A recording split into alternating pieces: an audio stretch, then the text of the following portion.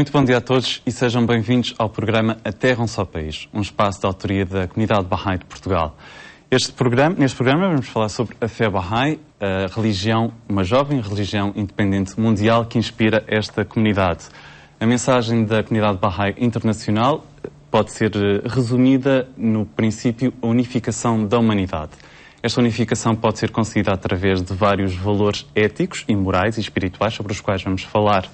Nos últimos programas temos falado sobre o movimento mundial de juventude que tem inspirado nos últimos tempos esta comunidade.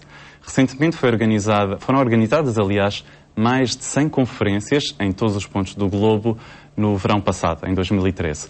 A Comunidade Bahá'í de Portugal fez deslocar 100 jovens da comunidade portuguesa à Conferência de Madrid, onde estiveram também jovens de Espanha e das Ilhas Canárias. Dois dos nossos convidados de hoje estiveram lá, a Natasha Jalali Santos e o Ico Congo, e o Gonçalo não esteve, gostava de ter estado, mas também é o nosso convidado hoje. Vamos então falar sobre este movimento global de juventude. Muito bom dia, obrigado às três por terem vindo. Na comunidade Bahá'í, como eu já disse, o período da juventude é considerado uma idade de ouro, uma idade muito preciosa que pode contribuir para a modificação e para a evolução de toda a humanidade. Presumo que vocês concordem com esta afirmação. De que forma é que vocês veem o vosso papel na sociedade e na humanidade, sobretudo agora que a comunidade Bahá'í coloca tanto ênfase na juventude e neste movimento mundial? Ico, se calhar começamos por ti. Sim, eu penso que os jovens têm uma energia e uma motivação que os distingue da geração mais velha. E pela idade que já têm mais capacidades e uma liberdade que a geração mais nova ainda não desenvolveu. Assim, na geração atual, os jovens têm a capacidade para serem os catalisadores de mudança e promoverem novos caminhos. Assim, os jovens têm não só a responsabilidade, mas o privilégio de tomarem iniciativa. Portanto, é uma idade com muita energia e em que se pode oferecer muito à humanidade. Sim. Levantar-se para servir, como se diz na comunidade Bahá'í.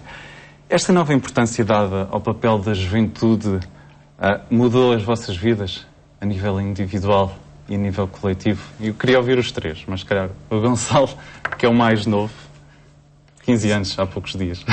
Sim. Eu desde muito novo que sou incentivado a ir a aulas de crianças, depois passei para pré-jovens e agora já sou um jovem. E eu desde novo que pratico o serviço e isso tem-me ajudado muito na minha vida espiritual, porque não só ajuda as outras pessoas, como também nos ajuda a nós próprios, porque ficamos felizes pela felicidade da outra pessoa. E foi isso que me ajudou muito. Aliás, gosto imenso de servir. Na comunidade Bahá'í, um dos princípios também básicos e mais importantes é a transformação individual. Portanto, daí este ênfase também na importância individual para poder transformar o coletivo. Certo, Natasha? Certo. Portanto, há um processo de capacitação individual para podermos transformar o que está à nossa volta. Sim, claro. Como é que os Bahá'ís tentam, ou que princípios é que tentam partilhar com quem está à sua volta? E com uma pergunta longa. Sim, muito bem. Que princípios? Eu penso que talvez o maior é a ideia da unidade, como temos de atingir união entre, seja lá quem é que está a fazer o serviço, o grupo que está a tentar agir, porque enquanto nós não tivermos as técnicas que nos permitam agir como uma só entidade, nunca vamos conseguir realmente ter nenhum impacto significativo. Portanto, como eu disse, aliás, no início do programa, a fé Bahá'í pode ser quase, resumida, falando em termos muito latos, unificação da humanidade, contribuir para a unidade da humanidade, que, aliás, a Terra é um só país, como se chama este programa. Sim. Natasha, este período da juventude que vocês estão a atravessar é muito movimentado, temos muitas coisas, são a escola, a universidade, os amigos, os tempos livres, muita coisa. Há várias atividades que vocês os três desenvolvem, vocês os três que estão aqui e os milhares em todo o mundo, já vamos falar melhor nelas. O que é que une tanta gente a nível global? Pois é, então tal como referiste, cada jovem tem as suas características, vêm de ambientes diferentes, têm realidades diferentes, têm idades diferentes. E de facto o que nos une é este desejo comum de tentar contribuir para o destino da humanidade. E Abdu'l-Bahá diz que não há serviço mais nobre no mundo do que o serviço ao bem comum. E que a mais elevada retidão consiste em levantarmos-nos e devotarmos-nos ao serviço energicamente ao serviço ao próximo. Convém esclarecer Abdu'l-Bahá, filho de Baha'u'lláh, o profeta, mensageiro da fé Bahá'í. Isto vem um bocadinho com o Gonçalo estava a dizer, tu disseste há pouco. Eu sinto-me muito feliz quando estou a servir. É esta felicidade, esta alegria que vos une também a todos. Porque às vezes pensamos, apetece-me ir ao cinema, não me apetece ir fazer não sei o quê. Mas há uma força maior que vos une, que vos leva a levantar-vos para servir, como estava a dizer há pouco. Ico, voltando a ti, neste serviço à humanidade, este movimento mundial de juventude que se levanta na Península Ibérica, em África, na América, na Austrália, na China, em todos os pontos do mundo, podemos falar numa situação em que ganham todos, ou seja, aquele jovem que se levanta para servir e que fica muito feliz, como disse o Gonçalo, ou o exemplo que a Natasha referiu há pouco, mas também as sociedades que beneficiam com este trabalho e com esta disponibilidade dos jovens. Ou seja, todos ganham. Sim, penso que um propósito duplo deve moldar a visão dos jovens, em que eles tentam maximizar o seu potencial e, ao mesmo tempo, contribuir para o bem comum. Assim, obviamente, a sociedade ganha, porque os jovens estão a contribuir, e eles, pessoalmente, pelo serviço, conseguem desenvolver capacidades que, se não estivessem a servir, não desenvolveriam. Por exemplo, como animador de grupos para jovens, consigo desenvolver capacidades que depois são muito relevantes para a minha futura profissão, talvez como gestor, ter a capacidade de falar com pessoas e transmitir uma mensagem. São coisas que, pelo serviço, nas diferentes atividades em que participamos, conseguimos gradualmente desenvolver estas capacidades. E, como disseste anteriormente, sem tentarmos melhorar-nos a nós próprios, nunca vamos conseguir realmente mudar o mundo. Então, por estas atividades, conseguimos percorrer um caminho em que estamos a desenvolver as nossas capacidades para realmente poder fazer alguma diferença. Portanto, no fundo, ganha o ICO, nesse caso, tu como futuro gestor, mas também a comunidade à tua volta, onde neste momento tu estás em Inglaterra, nasceste nos Açores, mas neste momento estás em Inglaterra e desenvolves várias atividades, presumo que... Sim. Claro. Aliás, daqui a pouco já vamos falar das atividades em que cada um desenvolve. O Gonçalo vive na Aroeira, perto da Almada, na margem sul de Lisboa, e a Natasha está a viver no bairro dos Olivais, em Lisboa. Já vamos falar então o que é que cada um de vocês faz mais especificamente. Natasha, como já falámos, este período da juventude tem muita atividade, há muita energia, mas também há muita coisa para fazer, muita coisa para viver, e às vezes parece que 24 horas por dia não chegam. Pode ser um aparente obstáculo, mas como é que se pode superar esta eventual dificuldade de encaixar tudo em 24 horas? Grande dilema que eu tenho e os meus amigos também, eles também têm a certeza que têm. O que é importante neste caso é nós, os jovens, tentarmos evitar ver a vida de uma maneira fragmentada, porque isso vai fazer com que nós não consigamos ver as ligações que existem nos vários aspectos da nossa vida. E ter esta visão desarticulada na vida vai nos fazer que sejamos vítimas, entre aspas, de falsas escolhas, como, por exemplo, se devo estudar ou devo servir, se devo progredir materialmente ou contribuir para a melhoria da humanidade, se devo descansar ou servir. É muito importante ver que a vida... É importante ver a vida de uma maneira coerente e E se virmos isso, vai evitar sentimentos de culpa, ansiedade e confusão que é criada por esta visão desarticulada da nossa vida. E assim vamos ser felizes.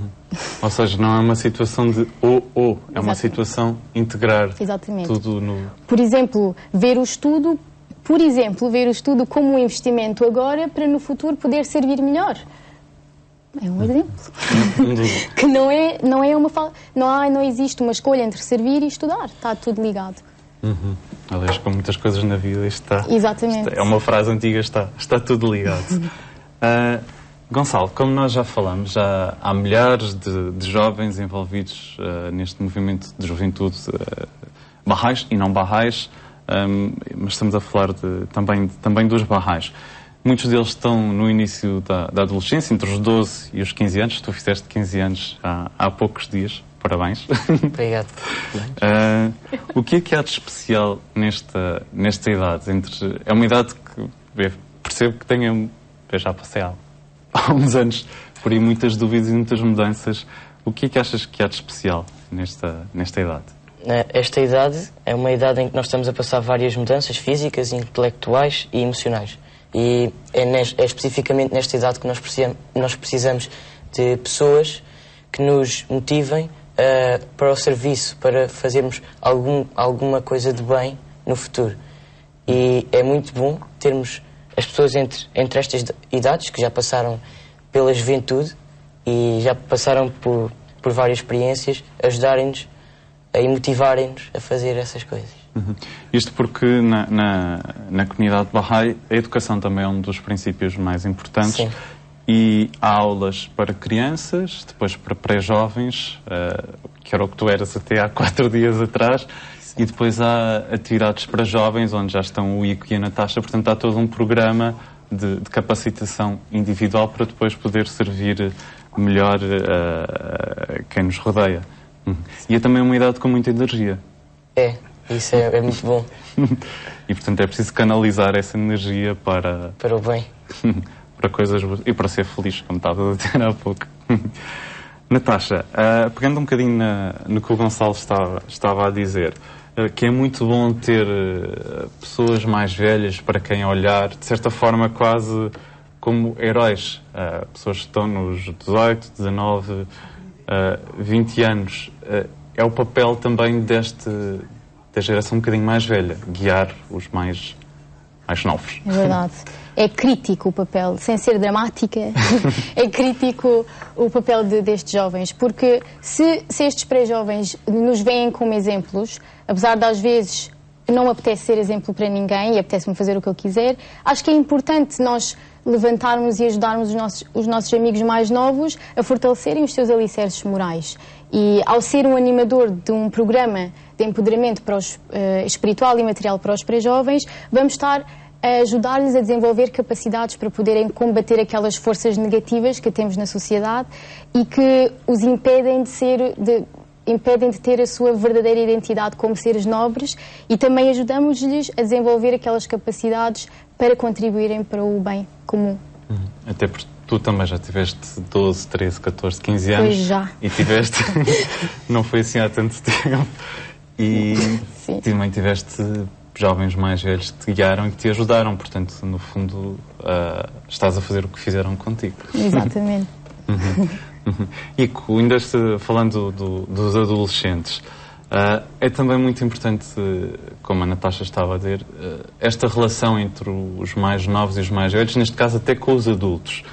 Às vezes há uma tendência para os adultos falarem com os mais novos, Gonçalo, 15 anos, como se eles ainda fossem crianças e como se não tivessem capacidades e energia e forças para resolver determinados assuntos. É muito importante dizer aos pais e explicar que esta idade é também importante e que é preciso valorizá-los tal como se valoriza um jovem mais velho ou um adulto. Sim, certamente. Os pré-jovens são influenciados pelo que os rodeia e o comportamento dos adultos para com eles não é uma exceção.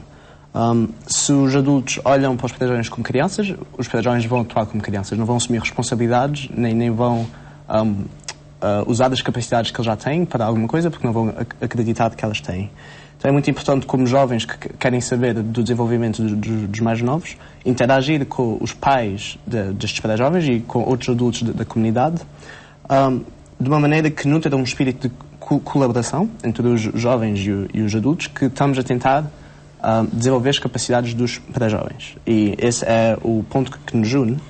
E ajudar assim a estender a influência que os grupos de pré-jovens que têm, em que eles estão a olhar para estes jovens mais como um exemplo, e então ajudar a estender a influência dos grupos de pré-jovens para as casas e para as escolas e para a comunidade em geral. Uhum. E aliás, é também importante explicar aos... Não é o caso do Gonçalo, porque o Gonçalo nasceu numa família Bahá'í, portanto tem tido contacto com os ensinamentos Bahá'ís desde sempre. Mas explicar aos pais de outros jovens ou pré-jovens que o que vai ser ensinado aos filhos não é algo mau, é algo bom para o seu desenvolvimento pessoal, e até para os próprios pais pode ser positivo, porque às vezes há pais que estão desesperados: o meu filho está na idade do armário, como se costuma dizer, não sei o que é de fazer com ele. Portanto, é preciso explicar aos pais também que o que vai ser oferecido aos filhos é algo bom e muito positivo. Sim, certamente. O que o programa para pré-jovens tenta focar é desenvolver as suas capacidades de paciência, amor, perseverança, capacidades que são necessárias não só no serviço, mas se temos uma perspectiva coerente das coisas, vemos tudo como serviço, mas também quando estamos nos estudos e quando estamos a trabalhar ou a tomar conta dos irmãos mais novos, ou seja lá a fazer o quê, necessitamos destas capacidades novamente para podermos ter um ambiente que promova a união. Portanto, é à volta destes ideais de virtudes pessoais que penso que o programa de pré-jovens foca, que é algo que toda a gente necessita na sua vida. Uhum. Portanto, já vimos que os mais velhos têm o dever, o direito, o privilégio de ensinar coisas aos mais novos, mas vocês também ganham. Sim. No teu caso. Quando estás num grupo, uma animadora para um grupo de pré-jovens mais novos, também tens muito a ganhar. Sim, completamente. Tal como o Ico estava a falar há bocado, este programa, este serviço tem um duplo propósito moral. Não só, apesar de parece que é só os pré-jovens que ganham, mas nós também ganhamos porque, no meu assim mais especificamente, porque tu perguntaste, ajudou-me a moldar o meu propósito moral e dá-me uma visão mais clara da realidade e para mim deu-me um sentido de compromisso para com estas atividades. Eu acho e é tão recompensador tu veres o desenvolvimento e a progressão e o progresso dos teus pré-jovens e cria-se amizades verdadeiras. Apesar da diferença de idades, crias amizades verdadeiras com os teus pré-jovens e acho que, para além disso, as capacidades todas que o Ico disse, eu acho que estou a ganhar, não sou perfeita, mas estou a ganhar e é fantástico, é mesmo fantástico. É bom ouvir esse entusiasmo. Gonçalo, voltando um bocadinho à idade que estás a passar, portanto, no teu caso já és um adolescente, já não és um pré-adolescente, para além das mudanças todas, como estavas a falar, físicas e éticas e morais, também é uma idade que às vezes nos sentimos um bocadinho sozinhos. Nós, entre aspas, contra o mundo. No entanto, é bom perceber que com os Bahá'ís não estás sozinho ou seja, é mais fácil lutar pelo bem da humanidade e pelo serviço quando se está acompanhado, por mais velhos e mais novos. Claro. Por exemplo, sem o Ico ou sem a Natasha, que são dos animadores, seria muito mais difícil servir. Eles motivam-nos a querer servir. E eu tenho passado várias dificuldades que sem eles não tinha conseguido ultrapassá-las. E às vezes há muito boas ideias e que não são possíveis fazer por causa do egocentrismo. Eu acho que nós pré-jovens ou jovens devíamos prestar menos atenção às falhas dos outros e perceber que essas pessoas podem estar a esforçar bastante, e é desse ponto de vista que nós devemos ver devemos tentar perceber melhor a outra pessoa. E é para isso que servem também os animadores dos grupos.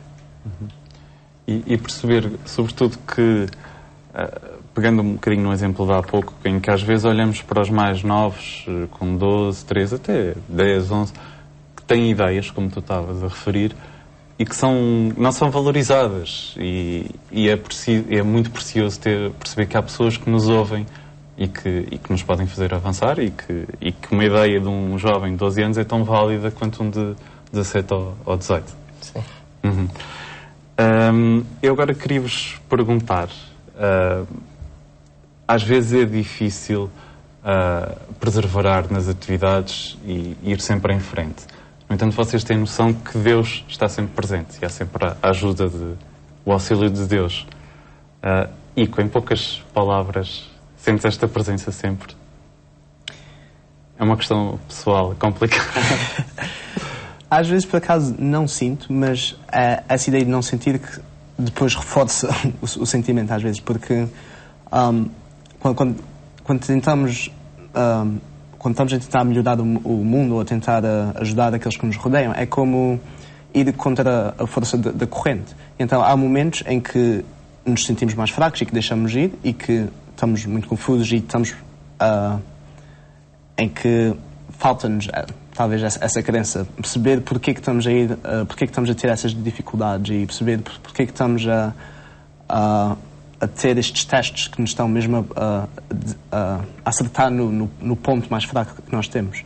Mas é nestes ciclos de crise e vitória que a crença em Deus depois é reforçada e que depois permite-nos alcançar outros níveis.